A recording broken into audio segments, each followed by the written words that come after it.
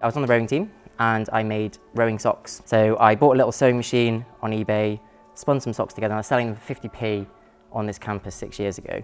I wanted to be a barrister, that was my plan, it's always been my plan, and I thought I'd give it a go and make socks. I take a huge risk. I put in £11,000, which is basically all the money I had, into opening a pop-up shop in my hometown. It had so many problems. That was the first time that I had actually treated Rupert and Buckley like a real company. Because beforehand it was just like hustling. I was just running up and down the campus, selling outside the union and whatnot. So like this was actually real.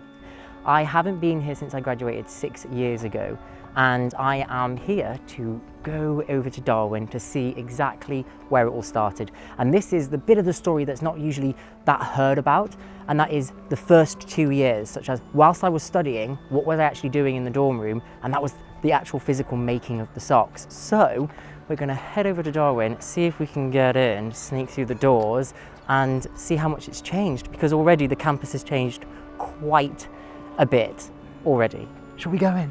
In that room with £150 that I had made from working behind the venue bar, and I put all of that and started my own business right here in my college.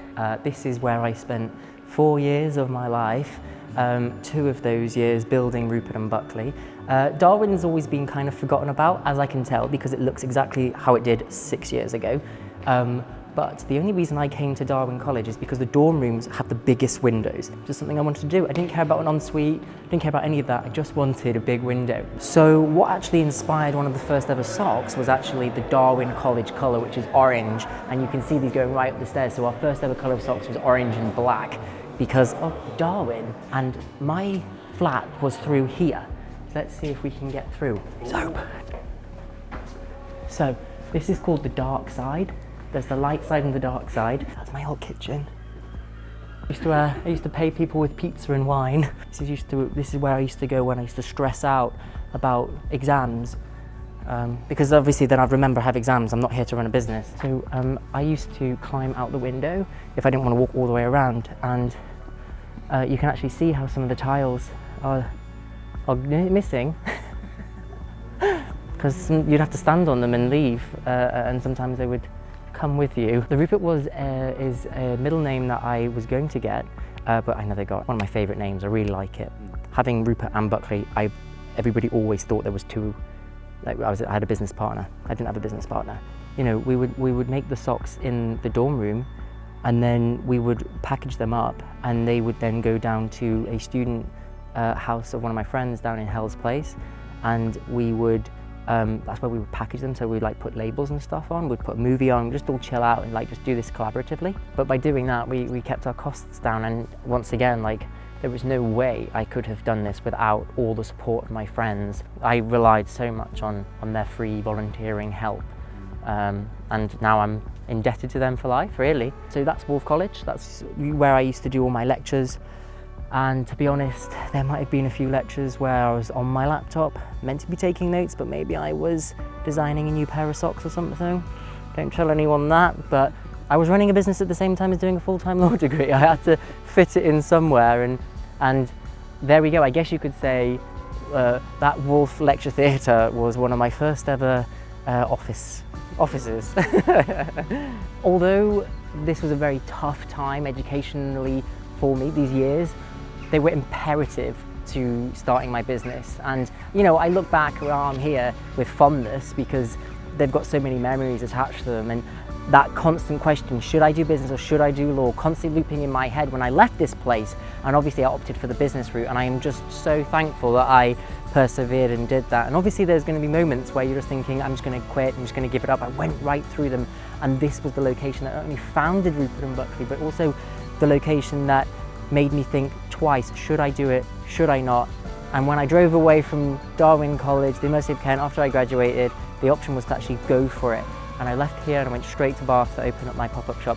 Thank goodness I did it. So when I look around here now, it's just full of nostalgia and also that kind of like relief. It's a weird set of emotions, definitely. Law was never my expertise, but it was something that I was passionate about doing. So I struggled a lot. I wasn't your A-star student, I wasn't too bad, but it gave me periods of time where I was just so overwhelmed. And obviously I didn't make it easy on myself. I was running a business at the same time, and a lot of people didn't know that. A lot of my course leaders didn't know that. I did want to keep it kind of private because I knew all I would get was, you're meant to be focusing on your degree, but I had this inner passion to be doing Rupert and Buckley, so I'm glad that I kept it on the down low, just for my own well-being. But then when I see things like the law school right now, I just remember being outside them, nervous. Have I done enough work for my seminars? Am I going to pass an exam? It was all just there in my brain, and now I'm here again. It's just like, wow, that was very real, very, very real. Oh my God, so this is Keynes. This was also one of the places that I would have a lot of lectures. We're gonna get there to the place where I did basically the first ever video, which is still on YouTube. It's through here. Oh my God, it still smells the same. Oh yes. So this is where I did one of my first ever videos. It was a student who was trying to set up her own blog, and she wanted to talk about Rupert and Buckley, and it was my first ever shirts I had made. And we basically planted ourselves here because it was really sweet, and it's still here apart from the missing fence, which I hung a Rupert and Buckley flag on.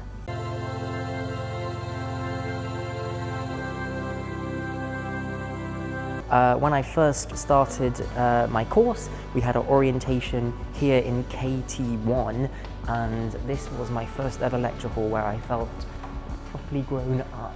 This is where I had my first ever lecture when I started my law course. I was sat somewhere over there, and it was going to be the start of the next 4 years of awesomeness. Literally the best years of my life in education spent here at the University of Kent, and it started day one right over there, and who knew I'd be leaving with Rupert and Buckley as well. Straight away, the first thing you should do if you are actually serious about doing business is just going for it, taking that first step. Yes, I put on a lot of pressure on myself, but surround yourself by people who are going to help you and take you there. Because remember, if I hadn't have got those first 2 years of figuring out what I was making, what I was doing with my business, which I was able to trial and test right here at Kent, then I wouldn't have been able to raise the investment, because I had a tried and tested product that was able to be executed with the investment I received off the back of trialing it over the 2 years. So don't worry if your business isn't ready just yet, or if it's not perfect. Just start. So open up the shop or start selling to someone. But if you're at university, it's not necessarily a bad time to start your business.